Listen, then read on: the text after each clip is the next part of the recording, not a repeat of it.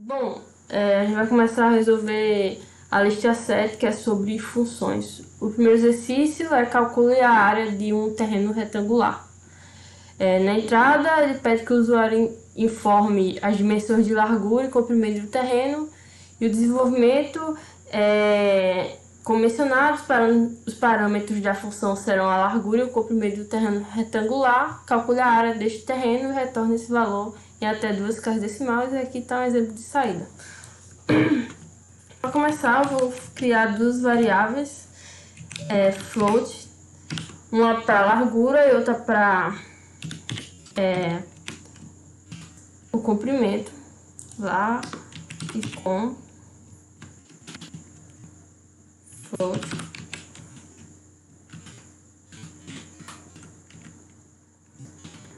Em seguida, ele pede que a gente passe esses dois parâmetros para uma função. Então, eu vou criar essa função. Vou chamar ela de calcular área. Aí, ela vai receber como parâmetro L e C.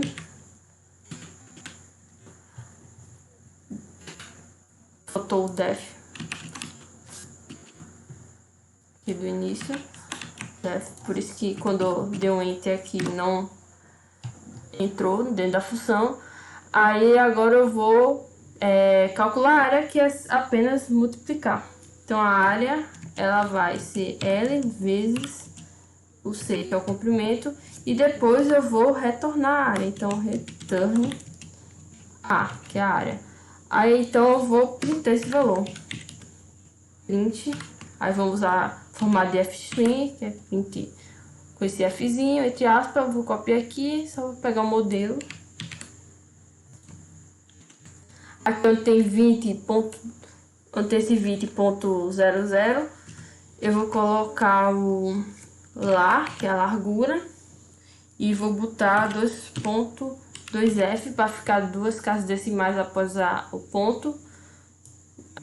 A mesma coisa aqui, com 2.2f.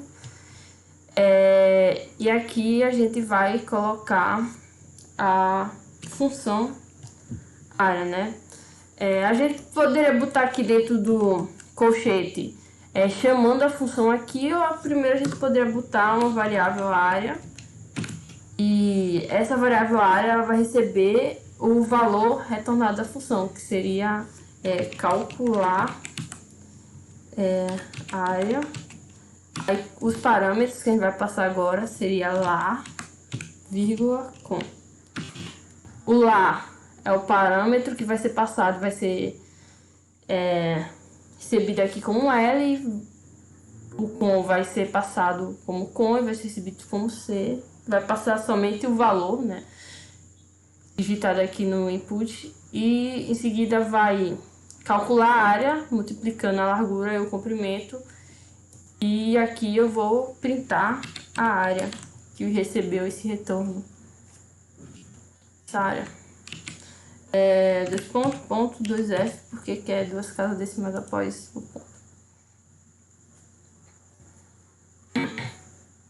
Demora porque tá conectando. Inicializando. 20. E 30. O terreno de 20 por 30 metros possui uma área de 600 metros quadrados. Agora nós vamos para o exercício 2, classificação de triângulos. Temos uma imagem com vários triângulos, né? Triângulos. A entrada. Peça ao usuário os valores dos três lados de um triângulo. Certo? Então, lado 1, lado 2 e lado 3.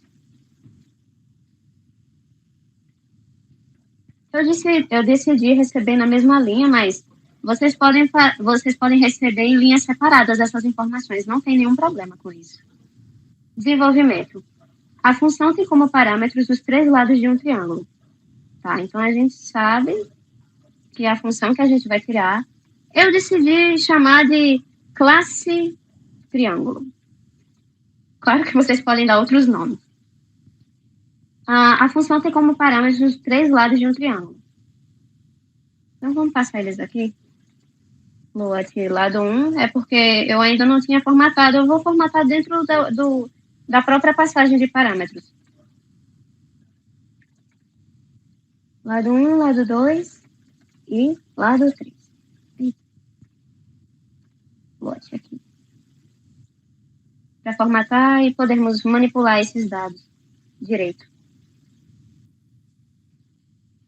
Certo. Compare esses valores e retorne a classificação do triângulo. Ok, então vamos definir nossa função. Classe triângulo. Aqui é onde a gente realmente está definindo nossa função. Nessa parte eu só chamei. E a gente sabe que a gente vai passar, a gente vai receber aqui os parâmetros que eu coloquei aqui, ó.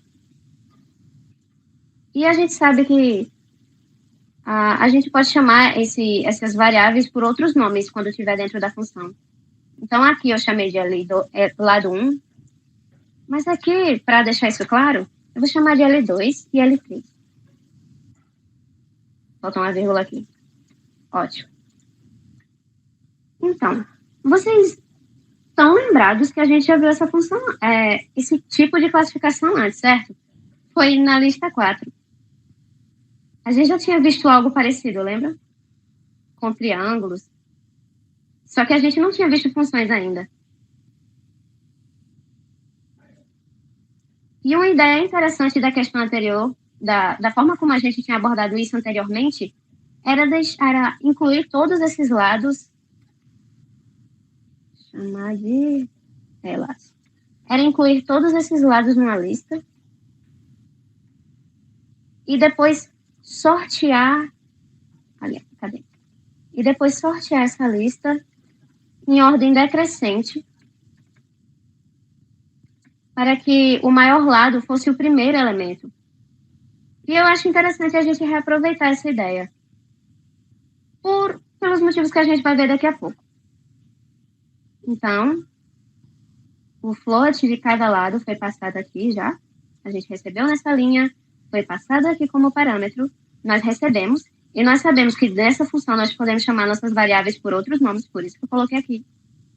Depois a gente pega todos esses lados e bota dentro de uma lista e sorteia a ordem reversa para que o maior lado fique como o primeiro argumento.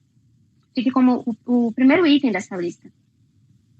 Vamos para a nossa classificação. Não é um triângulo. Dica. Não é triângulo se um dos lados for maior que a soma dos outros dois. E assim como a gente já havia trabalhado na lista 4, com uma questão parecida, só que sem função, como eu falei, o lado maior, como eu botei em ordem decrescente, vai ser o primeiro item. Vai ser L1. Que também podemos chamar de LS índice 0. Então, se esse primeiro item da nossa lista for maior ou igual à soma dos nossos outros itens, o que queremos aqui? Não forma um triângulo. Não forma um triângulo. Certo? Só que nós temos outras condições ainda. Isósceles. 2 lados iguais e um diferente. Então, nós temos duas opções nesse caso, na verdade. Para deixar mais explícito com o que nós estamos trabalhando. Vamos lá. Primeiro eu vou dizer, o nosso L1 pode ser igual ao nosso L2 e eles serem diferentes de L3. A outra opção é, na verdade, o L2 ser igualzinho ao nosso L3, mas eles serem diferentes do L1. É duas opções, porque como é isósceles, só 2 podem ser iguais e o terceiro item é o diferente deles. Então, o L1 é parecido com o L2, no caso, o item 0 do índice 0 e o item de índice 1 são iguais, e eles são diferentes do item de índice 2, porque a gente sabe, a lista começa com o índice 0, ou então os últimos itens são iguais e o primeiro é diferente de todos eles. Agora, a gente vai transformar isso aqui em algo que o código possa entender. Então, nós temos que, primeira opção, o primeiro item da nossa lista é parecido com o segundo. Só que eles, como o LS0 é igual a LS1, eu posso botar LS0 aqui, para comparar com o LS2. É isso aqui que eu estou escrevendo. Isso aqui é outra forma de dizer isso aqui. Aliás, else. Foi traduzido como else aqui. Eu quis dizer eles. Eles, os dois primeiros itens, são diferentes do último. Aqui. Ou, até dar um espaço para ficar fácil de ver. Ou então, o segundo item é igual ao terceiro, 22, e eles, cadê?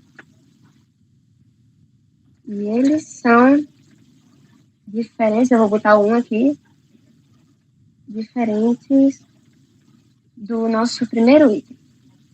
Isso aqui, os últimos dois itens serem iguais, mas eles serem diferentes do primeiro, está traduzindo essa ideia aqui.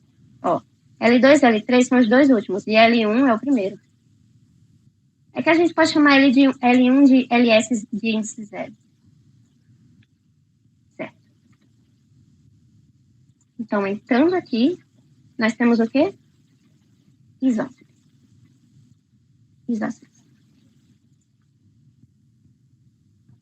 Aliás, ele pede para a gente exibir dessa forma aqui. Nesse modelo, nós podemos copiar e colar. Cadê? Não está... Usando o padrão F, a gente vai passar todos os lados agora. LS0. LS1. E LS2. Isso aqui é... Não está. Aqui.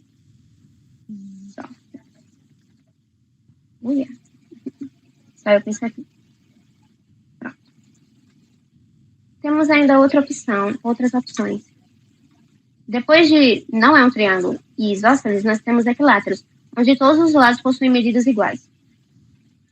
Então, nós temos que todos os itens da nossa lista são iguais. Então, LS de índice 0 é igual ao de índice 1 e o 1, que a gente já viu que é igual ao 0, é igual ao último item, que é representado pelo índice 2. E com isso nós temos todo aquele... Aliás, posso até copiar daqui, não é mesmo? Às vezes, Ctrl+C, Ctrl+V é a salvação, mas sempre temos que ter cuidado para saber como usar essas coisas. Porque senão, a gente viu que era equilátero. E senão a gente pode copiar algo que não queria. Certo. Por último, nós temos escaleno. Todos os lados possuem medidas diferentes. Então, LS0 é diferente de LS1. LS0 não é só diferente de LS1, ele também é diferente de LS2. Além disso, cadê? O LS1 e o LS2 são diferentes. LS foi a forma como eu denominei a nossa lista, lembram? Tudo bem. Depois iremos exibir a mensagem de que ele é escaleno.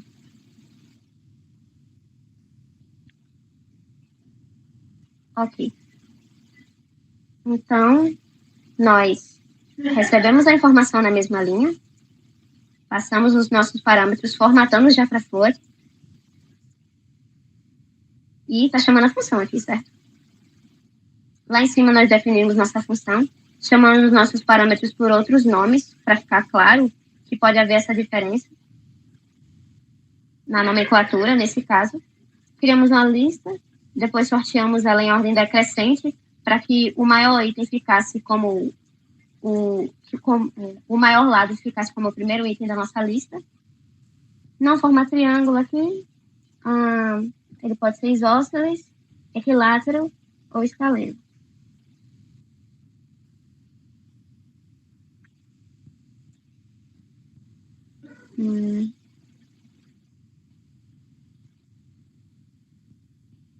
Pronto.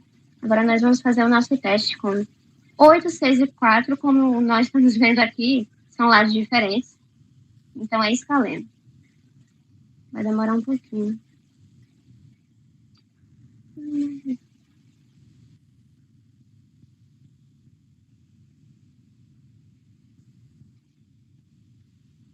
Já carregou.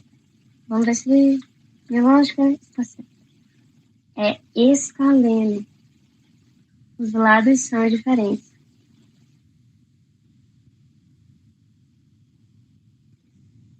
Acho que nós já podemos ir para a terceira questão, que é sobre contar vogais em uma palavra ou frase. Bom, agora na questão 3 é contando vogais de uma palavra ou frase. A entrada é para informar uma palavra ou uma frase e no desenvolvimento a função deve contar a ocorrência de cada vogal, a e, o, u, da palavra ou frase formada como parâmetro. Aí que está o exemplo de saída. A primeira coisa que eu vou fazer é criar uma variável chamada palavras, que vai receber essa palavra, essa frase da pessoa, do usuário. Vou botar um input. Então, nesse input eu vou botar a função .lower, que ela vai transformar todas essas letras da palavra, frase, em minúsculo. Serão todas minúsculas, para evitar de ficar testando se é minúsculo ou se é maiúsculo, para facilitar o processo. Em segundo, eu vou chamar a função contar vogais, que eu vou criar, contar vogais, e vou passar como parâmetro a variável palavras. Aí agora eu vou criar essa função aqui.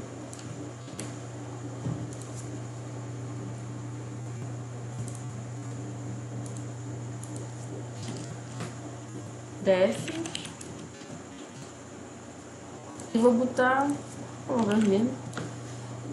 Para começar, eu vou inicializar 5 variáveis, que cada uma vai identificar cada vogal, para poder contar quantos As tem na palavra, quantos Es, né? Enfim. Então é A igual a 0, E igual a 0, I igual a 0,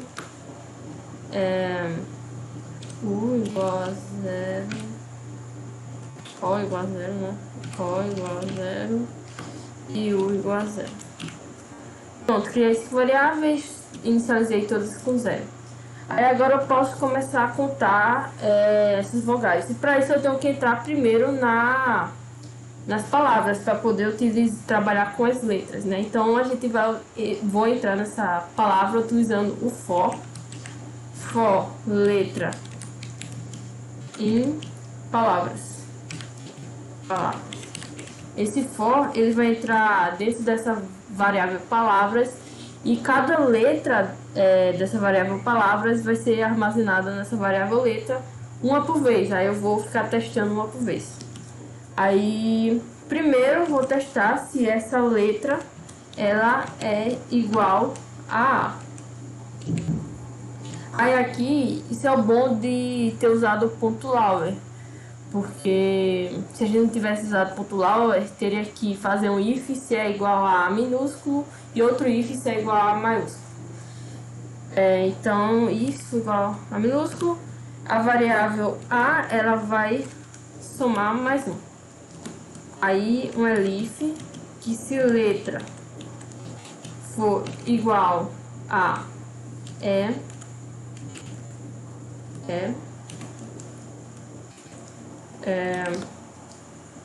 A variável E vai somar mais um. Elif, se letra for igual a I, a variável I vai se somar mais um. Elif, letra. Aí vai fazer esse processo para as 5 variáveis, com 5 testes. E vai somando se tiver, se encontrar, né? E no final a gente vai printar. Deixa eu terminar aqui que eu vou botar o print. Falta só mais isso. Elif, se letra foi igual a U maior ou igual a 1. Pronto, aqui já está somando todas as variáveis quando encontrar, né? Todas as letras, as vogais. Agora a gente vai printar, fazer um print com fstring, onde vai ser essa parte aqui, ó, palavras, frases informadas, né? Deixa eu botar aqui, copiar, colar aqui. Aí aqui dentro a gente vai colocar as chaves e aí dentro a gente vai botar a variável palavras. Foi primeiro escrita aqui no input e depois foi passada como parâmetro na chamada da função e depois vai ser printada aqui na própria função. Depois ele quer um espaço em branco, então a gente vai botar um print normal, sem nada dentro. Um print. E depois ele quer que a gente faça um print para cada vogal. Então A e a quantidade de vezes que essa vogal se repete. Então botou fstring, né? Formatação. E aqui a gente vai botar. Aí isso daqui vai ser 5 vezes. E é só modificar aqui de A para E, de A para I, de A para O e de A para U. Pronto, esse é o programa. Já vai printar, fazer o teste. A palavra formada é um pequeno jabuti, xereta, viu 10 segundos felizes. Lá. Bom, aqui tem um erro que eu tô botando para printar dentro do for, e toda vez que entrar no for, ou seja, se a palavra tiver 1000 letras, vai printar isso 1000 vezes. Então isso daqui tem que ser fora do for. Só aconteceu uma vez. Pronto. Aqui tá a palavra. Aqui tem um erro, aqui não é, aqui é um O. Isso acontece quando você copia e não vê direitinho. Mas agora tá certo. 38323, 38324. Aqui tem 3 porque não tá contando com maiúsculo.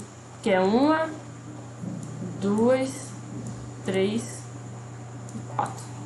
Então tá certo. Bom, agora a gente vai para o quarto exercício, que é sobre o número de celular. Então, nós vamos agora para o exercício 4, como foi dito, verificação de número de celular. Tem uma foto, né, uma imagenzinha para contextualizar. Entrada. A entrada deve ser um string que contém o número de celular. Então, a gente já está vendo que a gente vai receber um string e vai ser um número de celular, ok? A gente já... quando a gente resolve questões assim, talvez seja uma boa ideia a gente ir fazendo as coisas meio passo a passo. Né? Então, já que a gente sabe como vai ser a nossa entrada, vamos fazer calmamente isso aqui. Então, vamos já escrever o código da entrada. Então, a gente vai receber um número. Ok. Desenvolvimento. A função recebe como parâmetro um string que contém o número do telefone e verifica se está com a formatação correta. Então, a gente sabe que a nossa função, que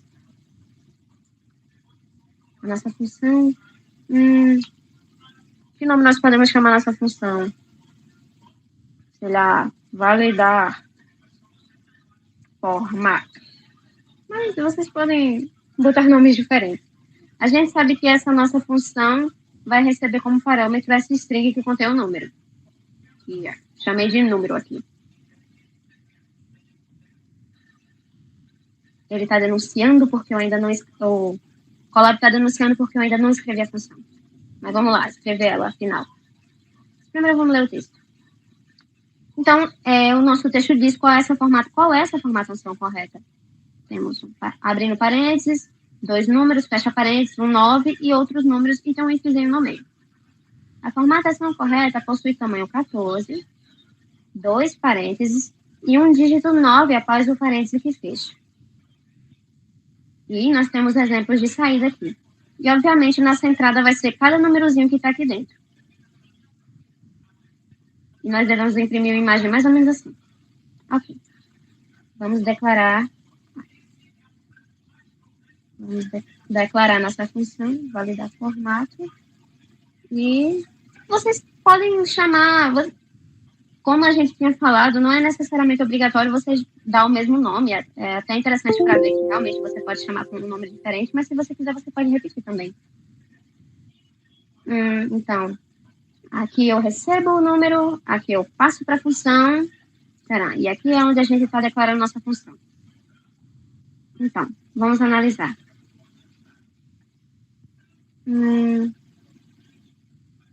A primeira coisa que nós... bem, a gente vê que o parêntese de abrir, ele está no tamanho desse número de índice 0, tá vendo? É a primeira coisa que tem. É o 0 do nosso número, é o índice 0. Então, a gente pode analisar isso. Número. Esse índice 0, se o índice 0 for diferente desse abre parênteses, a gente sabe que está errado. Por exemplo, aqui, o nosso primeiro item não é o abre parênteses e era para ser, ó. A formatação está dizendo isso aqui. Esse, por exemplo, não tem, é um número direto, então a gente já sabe que é inválido nesse caso. Além disso, nós temos o índice 0, o índice 1, o índice 2 e o índice 3. E o que está no nosso índice 3? O que está aqui? É o fecha parênteses. Então, nosso número no índice 3, se ele for diferente desse fecha parênteses, a gente sabe que está errado também. Eu tenho um exemplo aqui para mostrar para vocês. Ó, o primeiro abre parênteses, tudo certo. 2 números e tem outro abre parênteses. Está errado. Onde não? Porque, como a gente viu, mesmo que o primeiro esteja certo, o segundo pode estar errado e está inválido. Então, qualquer uma dessas condições aqui, se não estiver certa, o nosso número está inválido. Outra coisa que a gente pode analisar é, vamos lá, a gente sabe que isso aqui é de índice 3, certo? Esse parênteses, esse fecha parênteses. Aqui é o 9, aqui é 0, 1, 2, 3, 4, 5, 6, 7, 8, 9. Nosso hífen está no índice 9. Então, a gente sabe que se o hífen não estiver no índice 9, é porque esse número não está no formato correto. Então, no índice 9, se o que tiver lá for diferente de um hífenzinho, a gente sabe que está errado.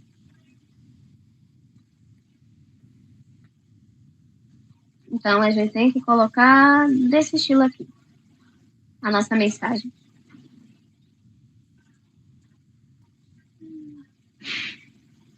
Colocar as pazinhas para ficar formatado direito.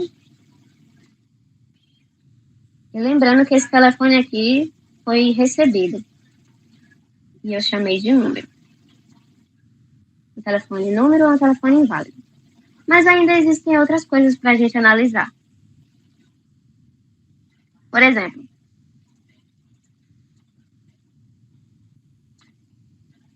a gente viu aqui que tem o índice 1, tem o índice 0, tem o índice 1, 2, 3 e 4. No nosso índice 4 tem que ter o número 9. Tem até um exemplo aqui, alguns exemplos. Tem um exemplo aqui mostrando. Por exemplo, nesse daqui. Assim, depois do fecha parênteses é um número. E não, era para ter um 9 aqui. Então a gente sabe que se no índice 4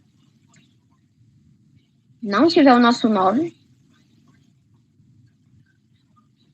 é porque também está inválido. Vocês podem até colocar junto aqui, mas se quiserem separar, pode ser também. Eu usei elif porque, mesmo que isso aqui esteja tudo certo, ainda pode estar faltando 9 no contexto, então não está certo. A gente ainda pode analisar outras coisas. Como a questão mesma disse, a formatação correta possui tamanho 14. Então, vamos analisar se esse nosso número tem tamanho 14. Se for diferente de 14, a gente sabe o quê? A gente sabe. Tá errado, né? Eu vou já formatar. Ótimo. Que tá inválido. Então, a gente já verificou se o abre parênteses está no canto certo, o fecha parênteses está no canto certo, se o hífen está no lugar certo. Isso tudo aqui está correto. E aí? São só essas as condições? Não, a gente sabe que o 9 tem que estar no índice 4 e que o tamanho tem que ser 14. E que se for diferente de 14, é inválido. Mas tem outra coisa aqui. Como eu vou colocar um número para exemplificar? Vamos dizer que o número seja 83, como é 83. Aí tem o nosso 9. Aí, sei lá, 1, 2, 1, 2 e 1, 2, 1, 2. Esse número tá certo, né? O hífen está no canto certo, o 9 está no canto certo. Abre parênteses e fecha parênteses, tá tudo certinho. Mas vamos dizer que esse 1 não é um 1. Vamos dizer que seja um abre parênteses. A gente pode analisar essa condição. Se por acaso aparentemente está tudo certo, mas tem um símbolo intrometido. O que eu vou fazer agora é opcional, certo? Então, não precisam exatamente se preocupar com isso. E eu vou colocar como a nossa primeira condição. Eu vou passar por todo o nosso número e avaliar uma certa condição aqui. Para fazer isso, eu vou precisar da ajuda de um contador. Contadores ajudam a gente, e não é só nesse contexto, não. Então, eu vou analisar o número. Eu vou deixar o exemplo aqui. Eu não devia ter apagado. É bom ter ele aqui. 9, 1, 2, 1, aí, sei lá, abre parênteses.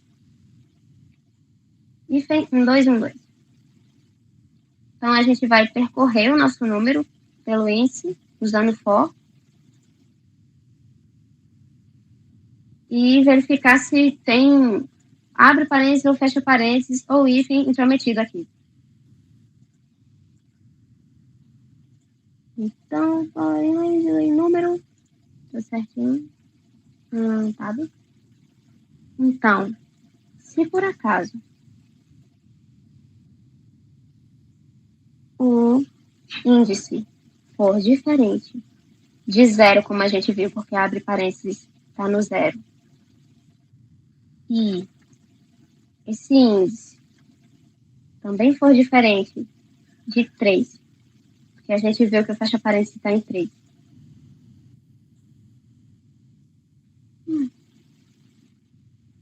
E o nosso número índice I for igual. Esse bendito abre parênteses, então a gente sabe que ele está no lugar errado. Porque se o índice não for 0, e ele estiver aqui intrometido como esse aqui tá, ele sabe que isso aqui tá inválido. Ou ainda, digamos que em vez esse 2 aqui fosse um fecha-parede. A gente também sabe que tá errado, né? Porque esse fecha-parede era pra estar aqui. Então, se esse número nesse índice específico for igual a esse fecha-parênteses, então a gente também sabe que esse número está inválido. Eu coloco esse exemplo porque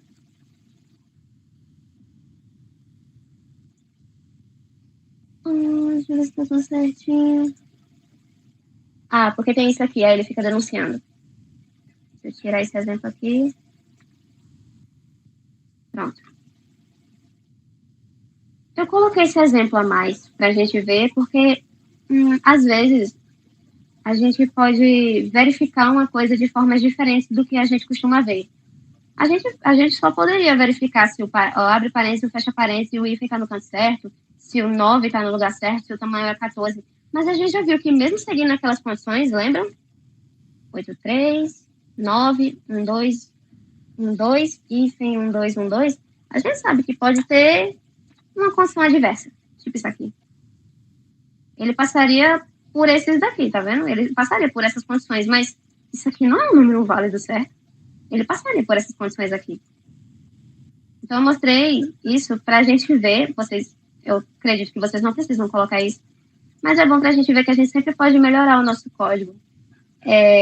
Eu tive uma professora que ela dizia o seguinte, o código, a gente vai testar o nosso código, e a gente vai testar, e a gente nunca pode dizer que ele está certo. Enquanto a gente testa, a gente só está vendo que a gente ainda não achou erros ou formas de melhorar. Mas isso aqui vocês não precisam colocar, ok?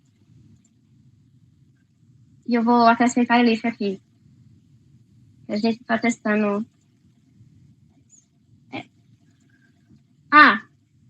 Olha. Tá errado.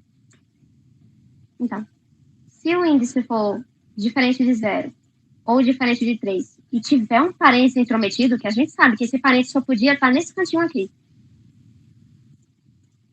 Ele só podia estar no 0 ou no 3 e ele está intrometido em um índice diferente.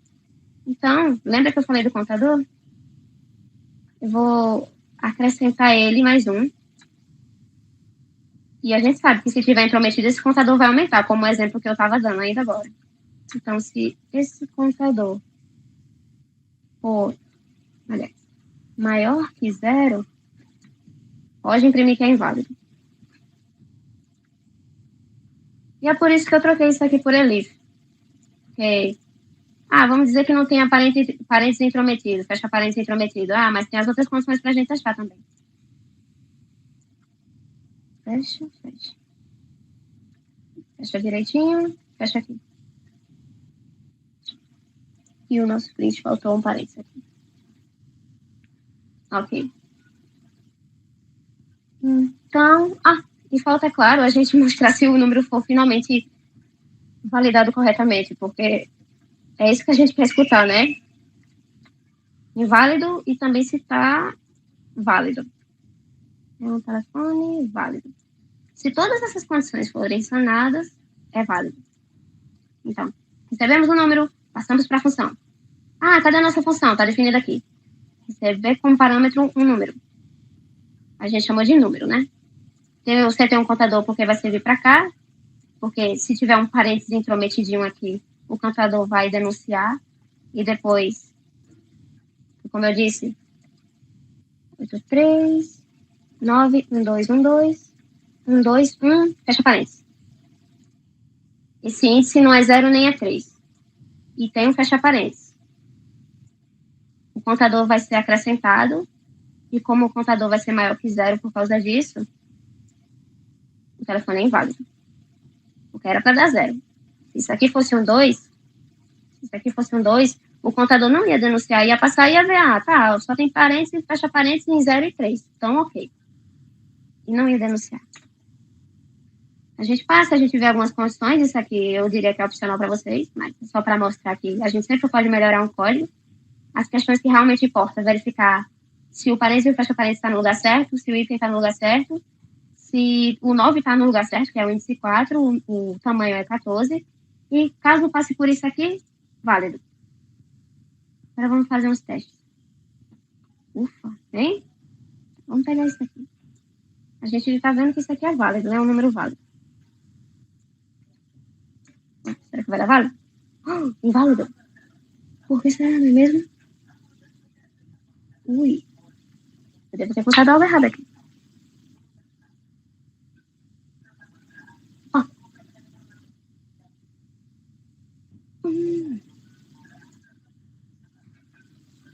Sempre aqui é bom. Abrir e fechar parênteses.